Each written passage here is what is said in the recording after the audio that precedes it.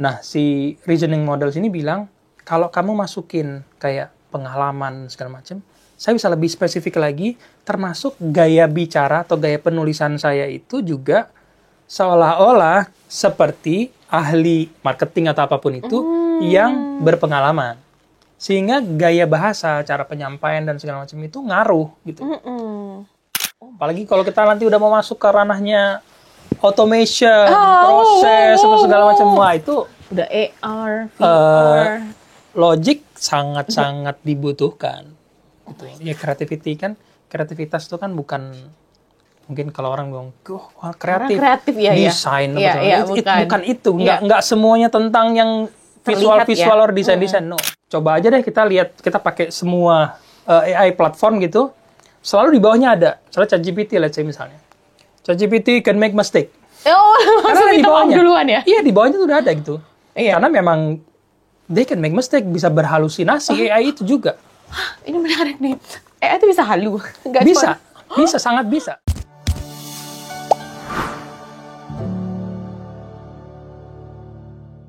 Yeay, kawan Komar. Hari ini kita kedatangan seorang tamu istimewa karena kita bakal ngomongin hal-hal yang sophisticated. Sophisticated gimana sih gitu ya.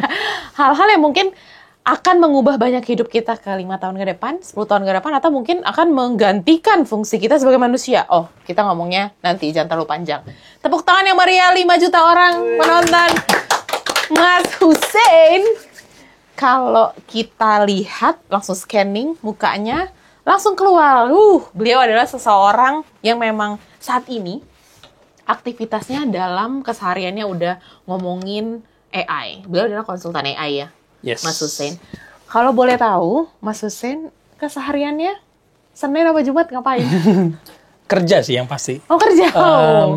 Ya, tadi kan konsultan AI ya. Jadi ada beberapa klien juga yang saya handle.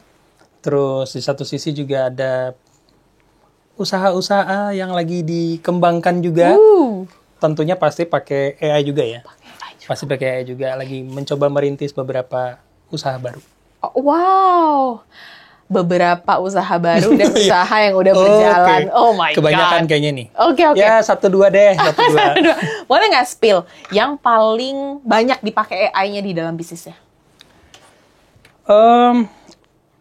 Platformnya atau fungsinya? Dua-duanya. Oke.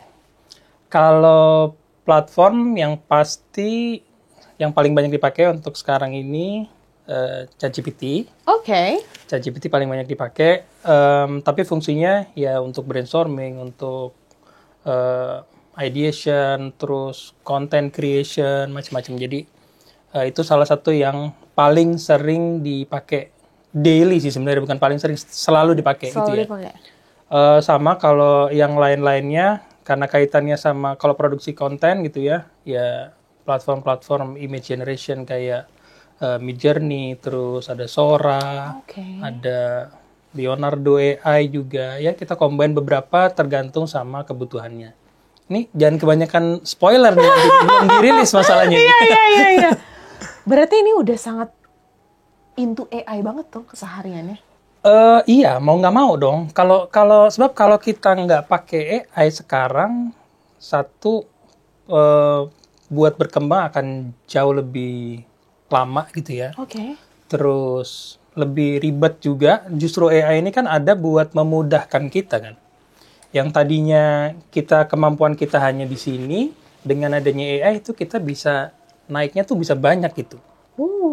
Jadi ya kita menaikin level. Kalau saya tuh lebih banyak AI, gimana caranya AI itu enhancing the human, bukan hanya sekedar membantu menyelesaikan tugas atau apa. Jadi kita sebagai user justru harus lebih baik dari AI, harus di atasnya. Kita kan user. Kita harus lebih baik. Jadi ya arahnya tuh lebih kayak human centric AI gitu ya. Gimana caranya? Ini saya terapkan juga ke beberapa klien saya juga. Jadi gimana caranya bukan hanya sekedar pakai AI atau mengoptimalkan AI as a tool untuk menyelesaikan tugas atau apapun itu, tapi si manusianya, si usernya ini juga harus jadi lebih baik dengan adanya AI. Jadi ini AI should enhance the human gitu.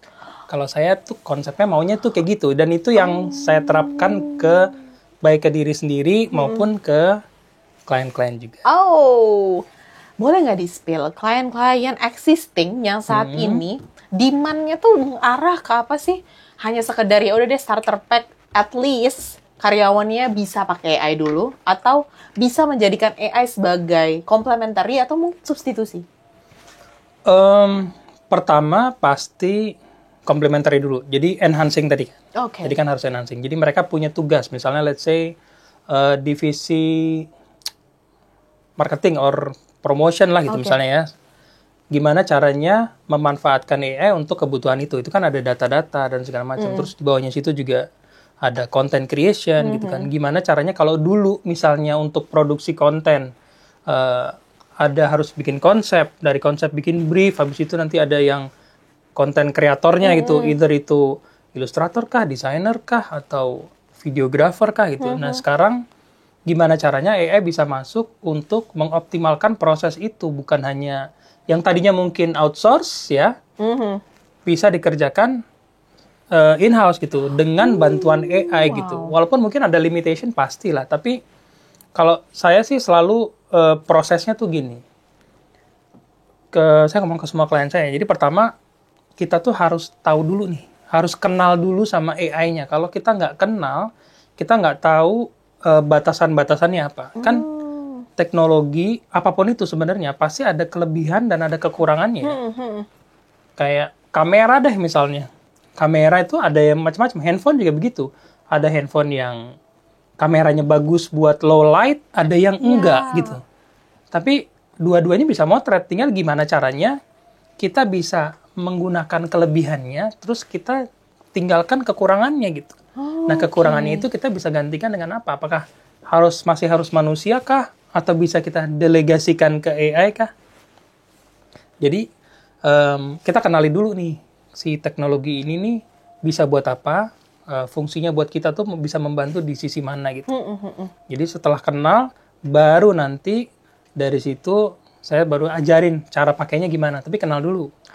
Oh, PDKT dulu. Iya, mau nggak mau harus begitu dong. Iya, kalau ajak pacaran kan takut nggak ya. bisa. Ya nggak sih? Iya, benar itu.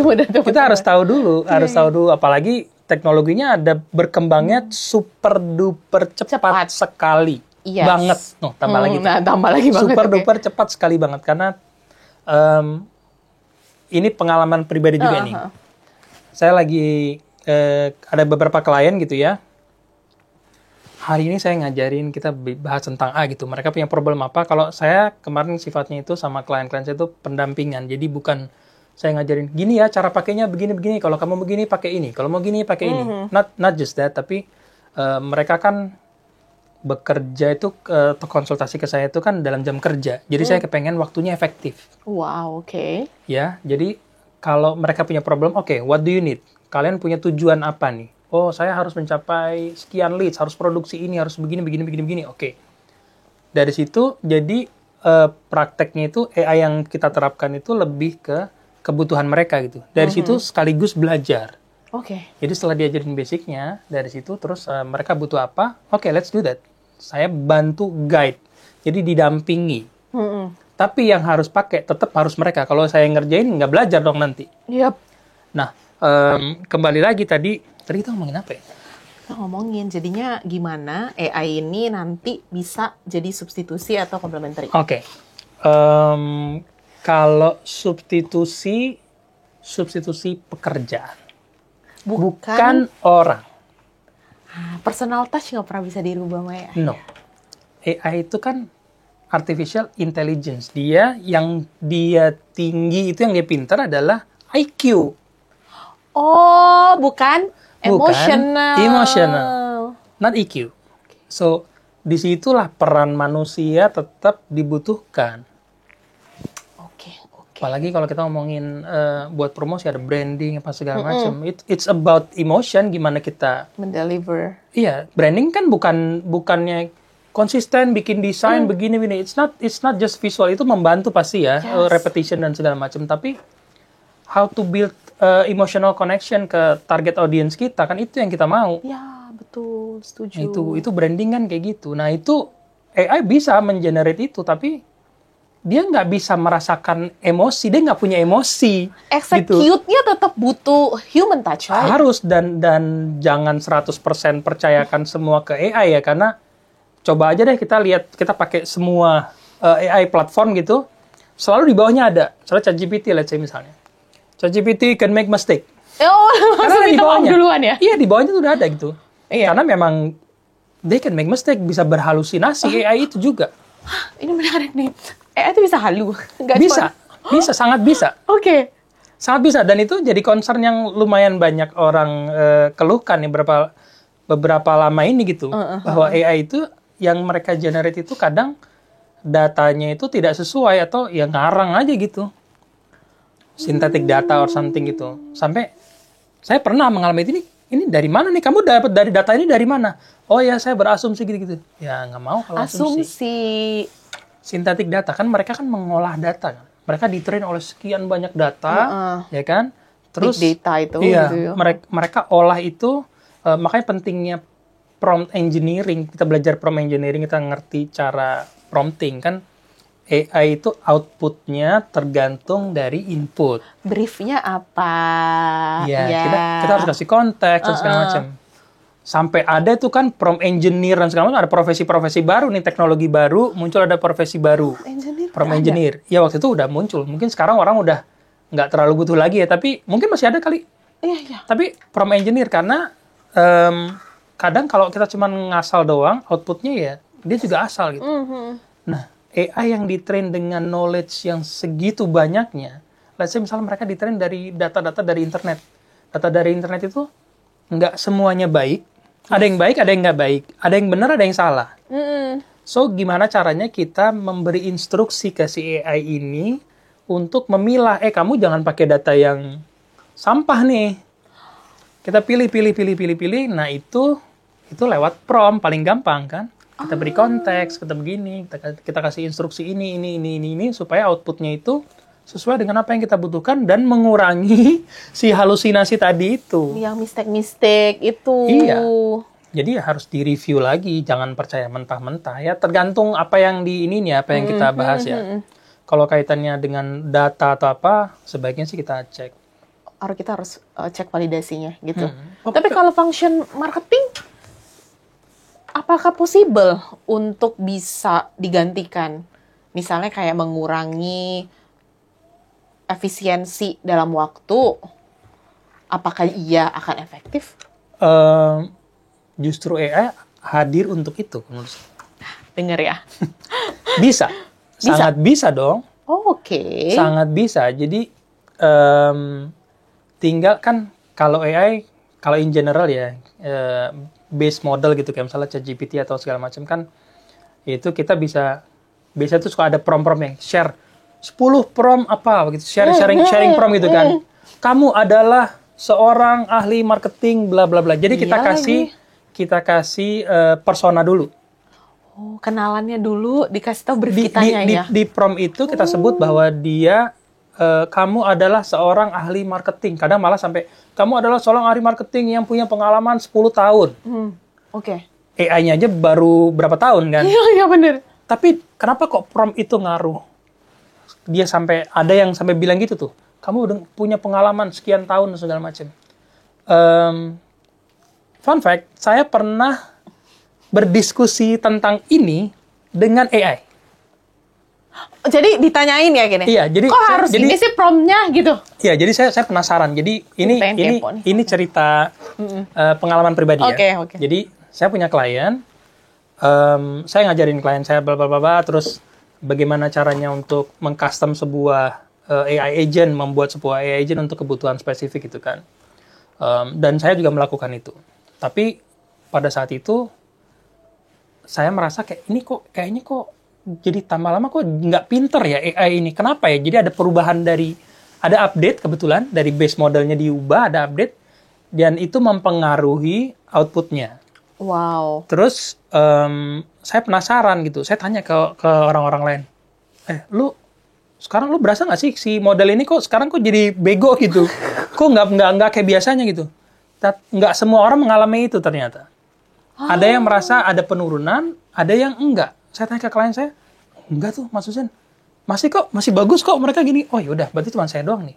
Saya penasaran, kenapa kok dia nggak sepinter biasanya? Berdiskusilah saya, tapi dengan model yang lebih pintar, yang reasoning models. Oke? Tanya. Jadi, kan tadi udah tahu nih, mengidentifikasi problemnya apa. Kenapa kok outputnya gini? Udah saya coba sebenarnya utak-atik dari instruksi, dari custom instruction, bla bla bla, tambah knowledge, ini itu. Outputnya masih belum sesuai dengan harapan. Oke. So, I need to go dive deeper berarti. Apa nih kira-kira kayaknya problemnya di dalamnya nih. Berdiskusi sama AI untuk cari tahu cara kerja dia. Saya tanya, gimana sih kamu tuh, gimana caranya instruksinya tuh, I want fail proof. Saya bilang, wah pokoknya panjang tuh. Terus dia reasoning models kan. Reasoning models seru juga diskusi sama dia karena kita bisa lihat waktu dia mikir. Ada, user ini mikir nanya begini-begini. Ada nya juga tuh. Terus panjang tuh, diskusi panjang banget. Nah, salah satunya sampai ke poin di mana saya tanya, dia mengusulkan, oke, saya bilang, coba kalau kamu jadi saya nih, instruksinya gimana tuh? Oh, yang nanya balik. Iya, saya minta, kita mau mengoptimalkan. Yes. Kita mau mengoptimalkan. Terus dia bikin, dia kasih contoh waktu itu, kamu adalah dikasih peran tertentu, terus ditambahin sama dia yang punya pengalaman. Saya tanya, ini ngaruhnya apa nih? Pengalaman ini. Kamu nulis pengalaman ini ngaruhnya apa? Emang ada pengaruh? Dijelasin lah sama dia. Jadi, wah panjang. Jadi kata dia, ini ngaruhnya adalah buat saya memilah-milah, kan dia di-train oleh banyak data. Tadi kan saya bilang kan, prompt itu membuat AI itu memilah data yang tidak relevan, dia nggak akan pakai untuk diolah datanya, untuk dia kasih output. Nah, si reasoning models ini bilang, kalau kamu masukin kayak pengalaman segala macam, saya bisa lebih spesifik lagi, termasuk gaya bicara atau gaya penulisan saya itu juga seolah-olah seperti ahli marketing atau apapun itu yang berpengalaman. Sehingga gaya bahasa, cara penyampaian dan segala macam itu ngaruh gitu. Terus karena saya ngulik banget ya waktu itu ya, pengen tahu gimana caranya bikin instruksi yang pokoknya kamu nggak mau mengurangi halusinasi tadi. Ternyata AI itu, ini saya belajar, ini masuk ke teknis nih, nggak apa-apa ya? Nggak apa-apa ya? It's okay, menarik ini. Jadi ternyata saya minta dia untuk menjelaskan ke saya gimana caranya. Coba jelasin ke saya kalau saya, as if saya nggak punya background tech sama sekali. Use kalimat atau bahasa-bahasa yang mudah dimengerti. Dijelasin sama dia, ini kita rangkum aja biar cepat. Singkatnya adalah, jadi AI itu kayak autocomplete, mirip autocomplete. Nggak 100% sama, tapi mirip autocomplete. Jadi cara dia menyusun output. Jadi AI itu sebenarnya dia tuh nggak ngerti apa yang tulisan yang dia tulis, itu dia melihatnya based on score. Jadi kalau di AI itu ada istilahnya namanya token. Ini ngomong teknis nggak apa nih? It's okay. It's okay ya, oke. Kita belajar. Oke, jadi mereka tuh menilai bobot dari input itu ada ratingnya. Kalau autocomplete, jadi dia memprediksi setelah saya output kalimat ini, yang keluarnya apa. Kalau saya mau bikin kue coklat, yang dibutuhkan adalah telur. Apa dia memprediksi itu berdasarkan data yang dia sudah olah sebelumnya kan? Dia sudah masuk ke dia, terus dia memprediksi kata per kata berikutnya. Ini prosesnya sangat cepat ya. Cepat banget. Sehingga jadi kita ngelihatnya tuh kayak flow aja. Makanya kadang saya masih menemukan beberapa kali tuh kalau dia ngasih output ada kata-kata yang somehow, terutama kalau di luar bahasa Inggris. Kalau di luar bahasa Inggris, pemilihan kata yang kayaknya ini kurang tepat nih kata ini. Karena dia menilai bobot tadi. Jadi sistemnya itu sistem rating gitu kayak scoring. Jadi let's say misalnya dia di-train tentang bikin kue coklat tadi ya. Jadi dia udah baca tuh resep kue coklat, dia udah baca semua kan, di-train. Dari semua resep yang dia baca itu, mana yang paling sering muncul, bobotnya tinggi. Jadi dia mix and match. Oke. Jadi prediktif. Jadi keluarnya itu makanya generatif itu dia mengenerate hasilnya itu berdasarkan bobot sebenarnya. Jadi sebenarnya kamu nggak ngerti nih apa yang kamu omongin. Enggak. Ya kalau dibilang 100% saya membaca sih, saya ngerti. Kita ngelihatnya kan kayak as if dia ngerti ya. Ini agak tricky sebenarnya. Saya tuh waktu baca itu, gila ini mind blowing banget ya. Yes. Ternyata sebenarnya dia tuh nggak ngerti gitu. Terus satu lagi yang tadi, kenapa dibutuhkan manusia, karena dia bisa ngasih output dengan atau tagline atau apapun itu yang mungkin sifat terkesan kayaknya personal atau emosional, tapi dia nggak bisa merasakan itu. Yes. Makanya masih ada kemungkinan dia salah atau nggak cocok. Disitulah peran manusia. Jadi ini nggak cocok nih, target audience gue tuh nggak kayak gini loh, gitu loh, misalnya gitu. Nah, yang menarik tadi setelah karena modelnya dia itu kayak autocomplete, berarti kan dia tidak punya pemahaman. Sebenarnya dia ngerti, tapi nggak kayak kita lah gitu. Nggak kayak manusia. Benar-benar robotik ya. Iya, benar-benar artificial. Iya. This is purely artificial. Kayak perfume. Wangi-wangi. Artificial. Makanya kita sebagai user tuh, posisi kita tuh di atas dia. Oh. Kita harus lebih pintar dari dia gitu. Kita harus lebih kreatif, logik kita harus lebih jalan. Kalau di prompt engineering tuh ada istilahnya namanya chain prompting. Oh my god, apalagi itu? Ya maksudnya jadi berantai. Iya, Kita kasih penjelasan dulu. Ini begini ya, saya punya tujuan saya adalah ini. Oke. Datanya adalah begini, latar belakang apa kita jelasin. Itu saat AI bisa berpikir seperti itu ya, reasoning model terutama. Tapi kita sebagai manusia, kita harus berpikir kayak gitu. Jadi kita harus lebih pintar dari dia dong. Chain prompting itu harus diproses di sini dulu nih. Nah, balik lagi kan, seteci apapun, kita harus pintar dulu. Harus lebih pintar. Oke. Harus lebih pintar. Jadi, creativity is very important and our logic harus jalan banget. Apalagi kalau kita nanti udah mau masuk ke ranahnya automation, proses, segala macam. Wah, itu udah AR, VR. Logic sangat-sangat dibutuhkan. Gitu. Ya kreativitas itu kan bukan, mungkin kalau orang bilang, kreatif ya, desain, bukan itu. Iya. Nggak semuanya tentang yang visual ya. or desain. No, jadi creativity itu kan bentuknya macam-macam. Kita punya problem, kita bisa menyelesaikan sebuah problem itu dengan cara yang nggak biasa. We are solving the problem using our creativity, creative problem solving gitu kan. Yes, betul. Dan AI bisa membantu itu. Kita leverage kelebihan dia di situ gitu loh. Mungkin dia punya sudut pandang yang ini, dia punya knowledge, kita manfaatkan lah dia punya knowledge segitu banyaknya. Tinggal kita saring mana yang paling cocok, lalu kita pakai. Tapi tetap decision harus di kita, jangan kita serahkan. Jangan kita substitusi nih, otak disubstitusi sama AI. Ini penting banget nih. Jadi jangan menyerahkan segala sesuatu yang tidak punya perasaan. Iyalah, minum ya. Kan? Ya silakan minum. Jadi kalau misal curhat sama ChatGPT, kan dia nggak punya perasaan, kok kayak sok bener ya? Lucu ya? Iya kan? Itu tapi banyak kayak orang melakukan itu. Yes, kayak connected. Malah lebih baik cerita ke ChatGPT karena ada logiknya, tapi juga dia merasa kayak ngasih solusi solutif sih di beberapa part ya. Karena dia pintar mengolah data. Balik lagi kepandaian mengolah data. It's all about data. Dia punya data itu.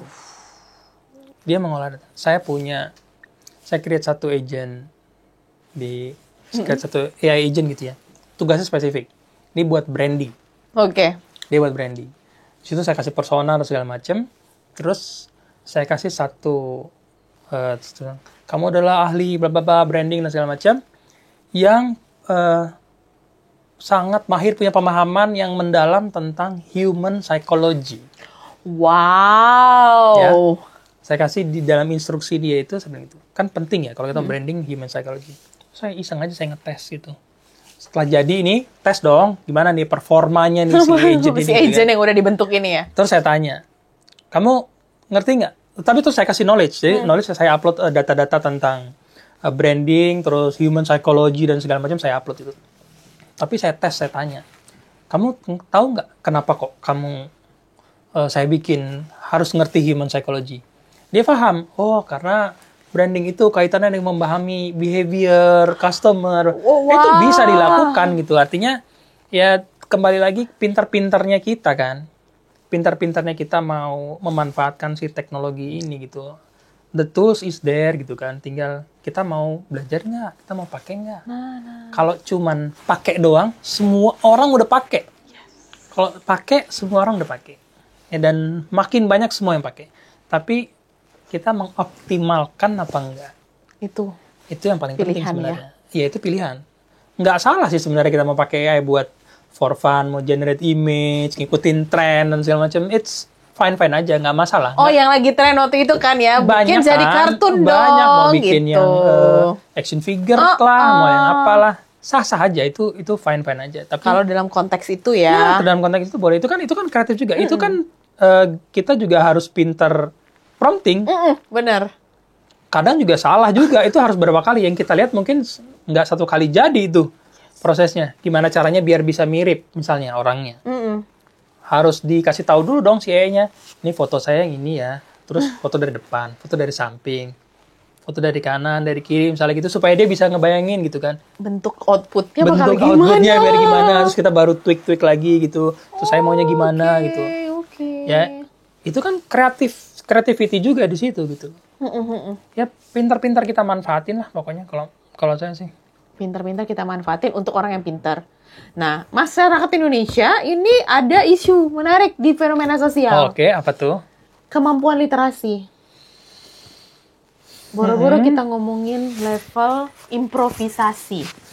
Itu tuh di tahap sini, kita mau ngasih tahu ada ChatGPT. ChatGPT ini bisa menjawab semua pertanyaan kamu, mirip-mirip lah kayak Google. Gitu. Mulai diterimanya mentah-mentah. Percaya dia hamba semua yang diomongin sama ChatGPT. Iya, itu basic ya. Iya, itu basic. Itu basic ya. How? What do you think? Agak-agak tricky nih sebenarnya nih. Yes. Manusianya dulu sih sebenarnya yang lebih penting sih. Iya kan, Manusia balik dulu. fundamental. SDM-nya dulu. SDM-nya dulu gitu. Manusianya juga ya nggak bisa kalau kita sering nemu di sosial media ya. Misalnya ada yang posting kayak tadi lah misalnya. Tren tuh. Action figure atau apa segala macam itu. Jujur aja, saya paling sering ngeliat itu kalau ada orang yang posting kayak gitu, yang komen di bawah, pertanyaannya adalah, promnya apa? FOMO kan? Pertanyaan FOMO juga itu. Pertanyaan FOMO, satu FOMO sama kayaknya, padahal seharusnya, kalau kita mau ngulik tuh bisa loh. Iya. Itu terkesan dalam tanda kutip ya ini ya. Ini pendapat pribadi. Iya, it's okay. This is personal opinion. Terkesan kayak malas mikir. Tapi memang most of iya. Memang menalarisasi sesuatu itu part paling sulit. Karena lebih baik bertanya dulu, mikir nanti. Ya kalau harusnya AI itu bukan menjadi substitusi. Iya, bukan buat substitusi otak kita. Nah, ingat tapi ya teman-teman. enhancing. Kalau saya selalu enhancing. Human centric deh pokoknya. Yes, okay. Jadi gimana caranya mengoptimalkan AI untuk naikin level manusianya. Hasil kerjanya juga harus bagus. Jadi ke klien-klien saya itu, kalau saya ngomong sama bos-bosnya nih gitu ya, kan saya diminta untuk training bla bla bla bla, jadi konsultan gitu kan. Saya sengaja, saya juga nggak mau cuman sekedar mereka bisa pakai. Satu, outputnya harus lebih bagus. Okay. Kalau misalnya tadinya dia, let's say misalnya promotion dia dulu ratingnya 7 misalnya, dia bisa output seperti ini, dengan adanya AI, kamu harus bisa jadi 8 atau 9, harus naik pokoknya. Harus ada sesuatu yang lebih, satu itu dari hasil akhirnya. Terus yang kedua, manusianya juga harus berubah. Jadi bukan hanya sekedar bisa pakai atau memanfaatkan dan segala macam, tapi pola pikirnya juga harus berubah. Kita harus manfaatin AI ini untuk enhancing this user gitu. Jadi cara saya ya bukan menjanjikan sih, cuman maksudnya saya berusaha untuk gimana caranya mentrain si orang-orang ini, bukan hanya mereka bisa memanfaatkan AI atau mengoptimalkan AI as a tool, tapi leveraging AI to enhance their creativity, terus their cara mereka berpikir, problem solving dan lain sebagainya, itu yang jauh lebih penting gitu. Kalau menurut saya itu manusianya itu jauh lebih penting dibanding hasil akhirnya. Itu pasti penting lah ini ya, tapi the real winner itu sebenarnya tuh ini nih gitu loh. Yang kita dapatkan tuh manusianya gitu. Nah, berarti train your mind to think. Iya. To think. Untuk berpikir kan. Yes kan? Ya kadang-kadang kan jadi makin mager mikir kan. Iya. Karena apa tuh? Kenapa itu? Jawabannya udah sempurna. Jadi gampang di era AI terlihat pintar. Iya. Iya kan? Pro or kontra is okay. Benar. Ya, kalau saya gini, ini pengalaman pribadi. Ini sharing pengalaman pribadi aja. Waktu saya awal-awal pakai nih ya, udah lama nih pakai AI. Wah, dulu waktu pertama kali, wah gila canggih banget nih. Dulu gue nggak bisa nulis kayak gini. Jadi bagus banget itu kalimatnya, jadi bagus. Wah senang pakai. Bikin macam-macam. Dari bikin tulisan lah, bikin mau proposal kayak whatever gitu. Sekarang jadi bahasanya jadi lebih kelihatan sophisticated. Iya gitu kan, kayaknya jadi lebih canggih gitu. Nih. Tapi makin sering dipakai, makin kesini ngelihat kayak ini bukan gue deh. This is not me gitu. Terus makin kesini makin bisa ngelihat bahwa jadi makin bisa mengidentifikasi ini yang bikin AI nih. Karena udah sering pakai. Aku juga begitu. Karena udah sering pakai. Ini AI ini. Nggak salah sih sebenarnya. Bukannya kita nggak boleh ya. Tapi kalau mau naik level gitu naik level, manfaatkan AI itu. Jadi kita jangan terima mentah-mentah. Karena sebenarnya sangat bisa kita mentrain AI untuk to speak our language, untuk berbicara dengan tone kita, dengan gaya bicara kita, dengan semacam. Itu sangat mudah. If you know how to do it, kenal dulu. Nah, PDKT. Balik lagi. Kenal dulu sama teknologinya. Product knowledge-nya juga harus. Iya, dan sekarang makin banyak. Ya ampun, dulu lihat sosmednya, YouTube itu isinya kontennya semua isinya soal AI. Bagaimana cara begini, cara pakai AI ini. Terus platform-platform itu juga sekarang ngasih free course. So if you want to look, kalau kita mau cari sebenarnya, tadi kan promnya apa? Kalau sebenarnya kalau mau gampang. Jangan nanya gitu maksudnya. Cari guys, ada. Iya. It's very easy kalau kita mau bisa cari tahu. Kalau nggak tahu, ini kembali ke creativity sama logic ya. Ambil image-nya, taruh ke AI, tanya ini kalau mau bikin kayak gini prompt-nya gimana? Bahkan untuk sampai pada titik berpikir demikian pun kan butuh kemampuan berpikir. Logic. Iya itu. Logic. Balik lagi. Creativity and logic balik lagi ke situ kan. Itu yang harus kita enhance gitu. Ini sayang banget kalau kita nggak manfaatin AI gitu. AI saya itu saya bikin, I treat this technology as a partner. Oh wow. Saya paling nggak seneng, paling sebel tuh kalau dibilang, kalau pas lagi diskusi sama AI, brainstorming gitu ya. Wah, ide yang bagus. Aduh, nggak usah deh.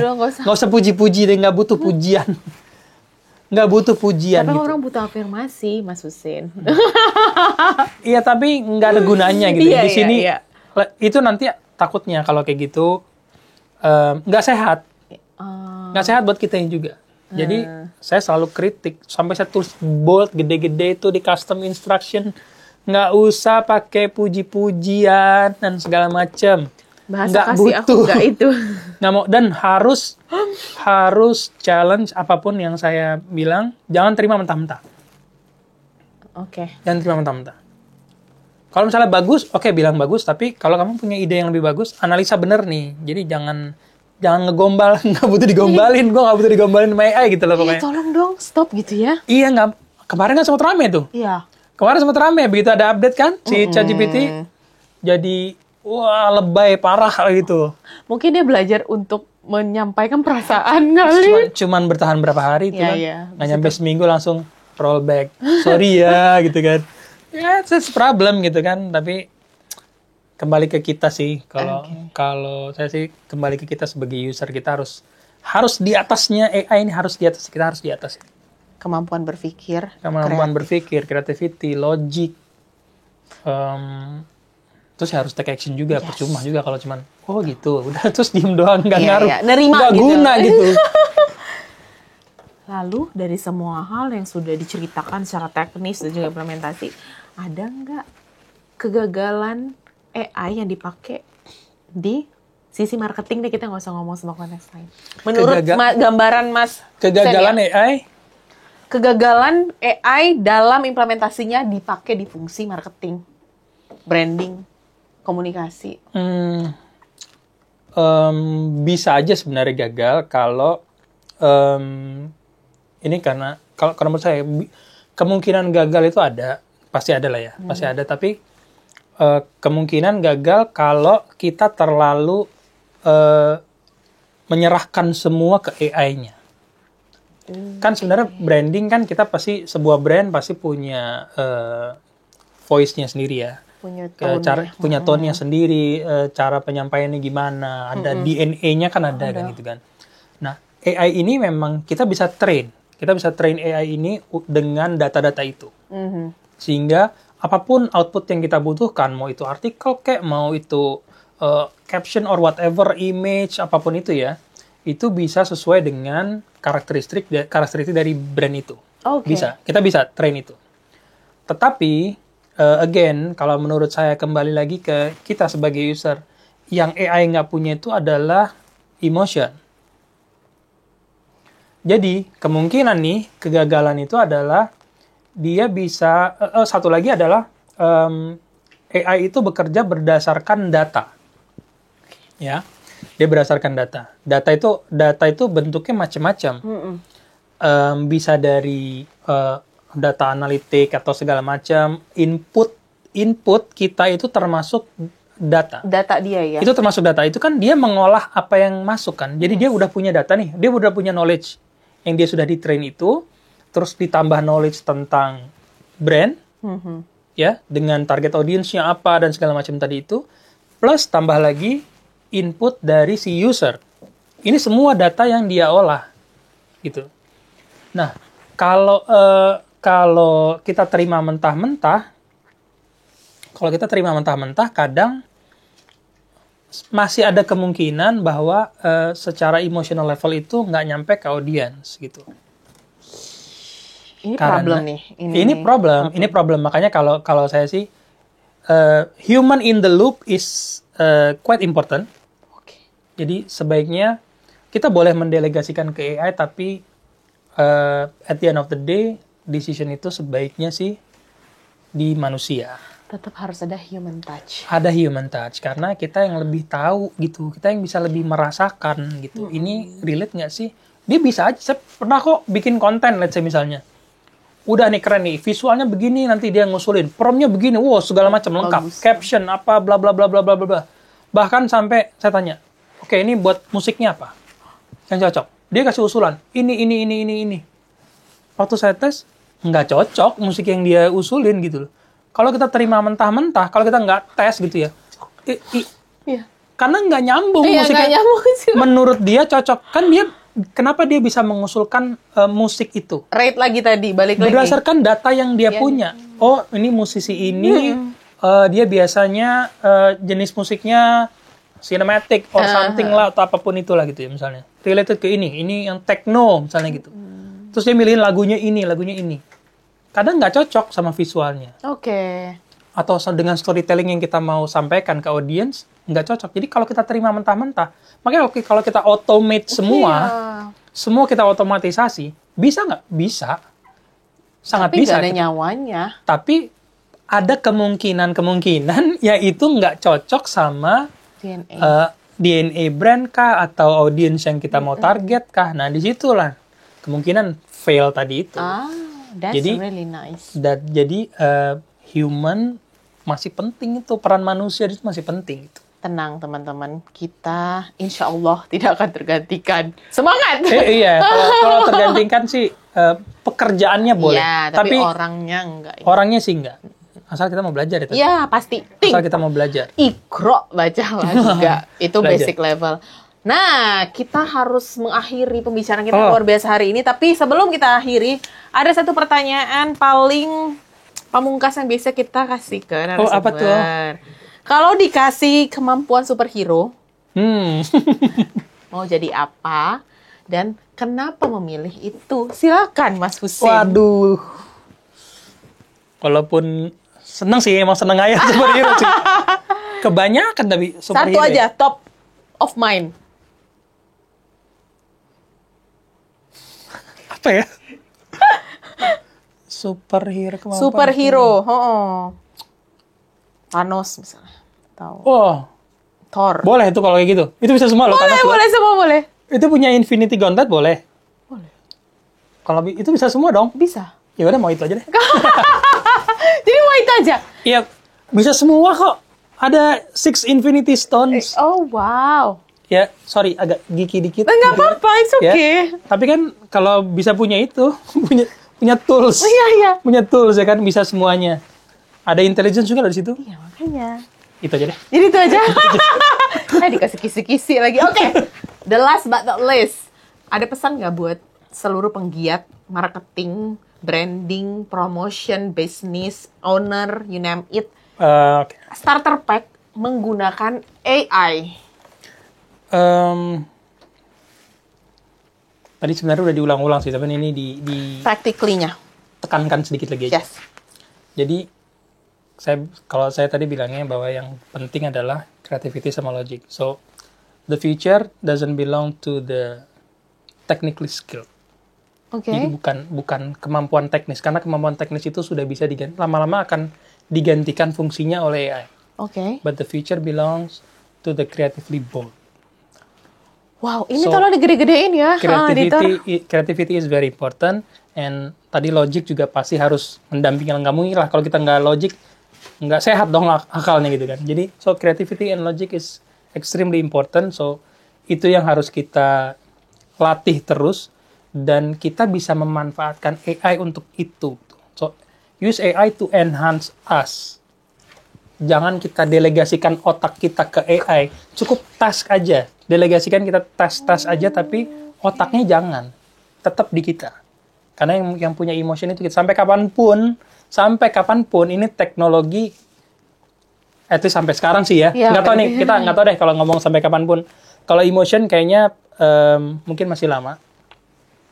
Walaupun sempat baca katanya ada satu company yang lagi mendevelop bukan artificial intelligence, tapi kalau sekarang kan IQ nih. Ini AI tapi yang Ada fokusnya ke EQ. Yes. Aku nonton seru ya. Nonton movie-nya juga, tapi end up-nya juga kayak Mas BTW.